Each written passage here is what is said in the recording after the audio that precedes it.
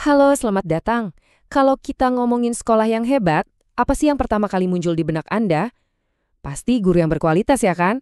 Tapi ada satu lagi nih pilar kesuksesan yang sering banget terabaikan.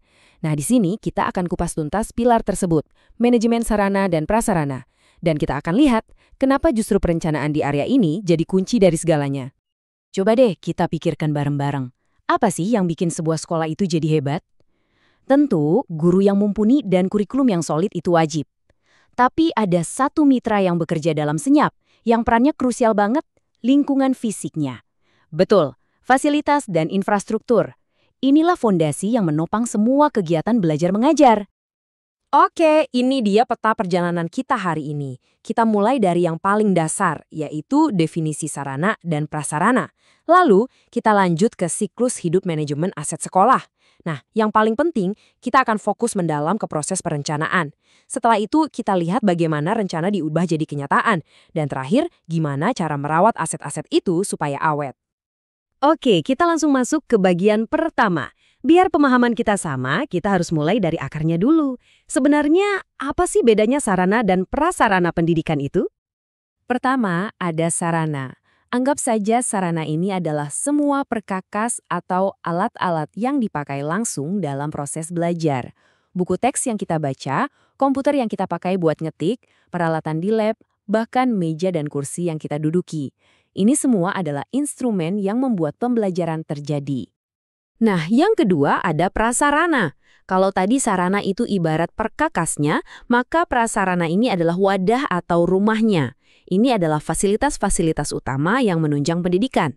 Gedung sekolah, perpustakaan tempat kita baca buku, lapangan olahraga, sampai kantin. Intinya, prasarana adalah panggung di mana semua aktivitas pendidikan berlangsung. Jadi, biar makin jelas, perbedaannya simple banget. Sarana itu adalah alat yang Anda gunakan di dalam kelas, contohnya proyektor dan buku. Sementara prasarana itu adalah kelasnya itu sendiri, plus seluruh bangunan dan lingkungan sekolah. Yang satu adalah alatnya, yang satu lagi adalah lingkungannya. Gampang kan bedainnya? Mengelola semua aset ini, baik sarana maupun prasarana, itu bukan pekerjaan yang sekali jadi lalu selesai, bukan. Ini adalah sebuah proses yang berkelanjutan, sebuah siklus yang terus berputar. Dari aset itu diadakan, sampai nanti akhirnya tidak terpakai lagi. Yuk kita lihat siklus hidupnya. Dan ini bukan sekedar teori loh. Kalau kita lihat dari studi kasus nyata seperti di SMPN 52 Bandung, ada 7 tahapan yang jelas, mulai dari perencanaan, lalu pengadaan, distribusi, penggunaan, pemeliharaan, inventarisasi, dan yang terakhir penghapusan. Ini tuh kayak rantai. Kalau satu mata rantainya putus, wah bisa berantakan seluruh sistemnya. Meskipun ketujuh tahap itu semuanya penting, keberhasilan seluruh siklus ini sangat bergantung pada satu titik awal yang paling krusial. Kalau tahap yang satu ini salah, sisanya bakal ikut goyah. Dan tahap itu tentu saja adalah tahap nomor 1, perencanaan. Jadi, mari kita fokus ke sini. Seperti yang pernah dikatakan oleh Anwar, perencanaan itu adalah kegiatan awal dari setiap tindakan.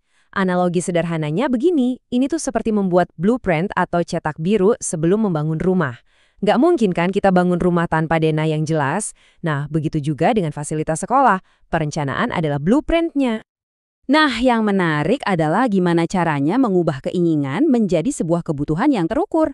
Pertama, susun dulu daftar kebutuhannya. Kedua, coba perkirakan biayanya.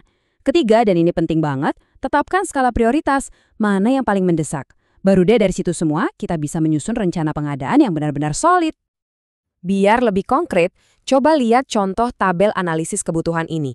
Ini bukan sekedar daftar belanja biasa. Perhatian deh, setiap item punya jumlah spesifik dan, yang paling penting, punya justifikasi yang jelas. Kenapa butuh komputer? Untuk mengganti yang lama.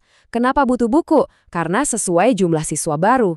Inilah yang memastikan setiap rupiah yang dibelanjakan punya alasan yang kuat dan nyambung ke tujuan pendidikan. Oke, blueprint-nya udah jadi. Sekarang saatnya membangun. Gimana caranya? Sebuah rencana yang matang di atas kertas bisa kita ubah menjadi aset nyata yang bisa dipakai oleh siswa dan guru di sekolah? Ternyata pengadaan itu nggak selalu berarti harus beli barang baru loh. Rencana yang baik itu justru bisa membuka banyak pintu kreatif. Kita bisa membuat sendiri, menerima hibah, menyewa, meminjam, atau bahkan ada yang namanya guna susun atau kanibalisme. Maksudnya, kita ambil komponen yang masih bagus dari aset lama untuk memperbaiki yang lain. Wah, ini efisiensi tingkat tinggi. Mungkin bagian ini kelihatannya rumit ya, banyak kotaknya, tapi coba fokus ke alurnya.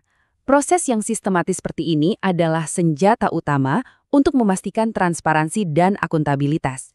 Jadi, setiap langkah, dari pengajuan sampai barangnya diterima, semuanya tercatat dan bisa dipertanggungjawabkan. Nggak ada celah untuk pemborosan. Tapi tunggu dulu, pekerjaan belum selesai setelah barangnya datang. Justru disinilah tantangan barunya dimulai, yaitu menjaga nilai dan fungsi aset tersebut selama masa pakainya. Mari kita lihat pentingnya pemeliharaan. Ingat, pemeliharaan itu bukan cuma soal memperbaiki barang yang rusak. Ini adalah tentang memastikan lingkungan belajar itu selalu aman, nyaman, dan fungsional.